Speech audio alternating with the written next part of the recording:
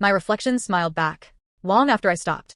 I don't remember the first time I truly looked at myself. Not the quick glances before work or the half-awake checks before bed. I mean, really looked into the mirror, into my own eyes. At first, it was just routine. Brush, rinse, shave, leave. Nothing unusual. Until one morning, I caught my reflection smiling before I did. It wasn't a twitch or a trick of the light. It was deliberate, slow, measured, like it knew something I didn't. I froze. My lips were still, but the reflections curved upward gently, patiently, as if to say, "I've been waiting for you." I tried to laugh it off, told myself I was tired, stressed, imagining things. But the image lingered in my mind long after I walked away. The next day, I stood there again, daring it to move first. And it did. Not by much, just a blink that came a second too late. But that was enough. It felt wrong, yet familiar, like watching a memory play out from the wrong side of the glass.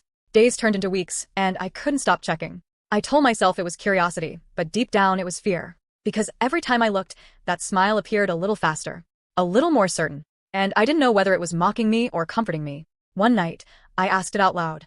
"Why do you smile when I can't?" The room was still. My voice echoed softly, but the reflection didn't move. Then, slowly, its lips parted, and it smiled again. Wider this time.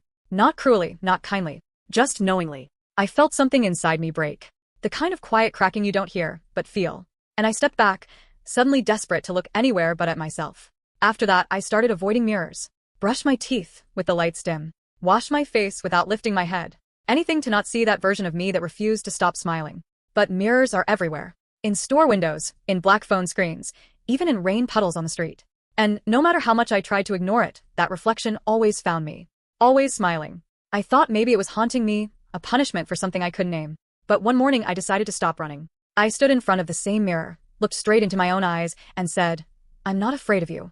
For a while, nothing happened. No smile. No movement. Just me. And then, slowly, it smiled again, softly this time. Not like before. Not eerie. Almost gentle. That's when I understood. It wasn't mocking me. It wasn't haunting me. It was remembering me. The part of me that still believed, still hoped, still tried. The part one buried beneath exhaustion and silence. The reflection wasn't the stranger. I was.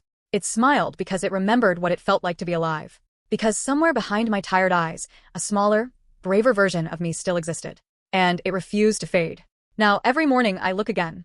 I don't hide anymore. Sometimes I even smile first. Because that reflection taught me something. That even when everything else stops, hope doesn't.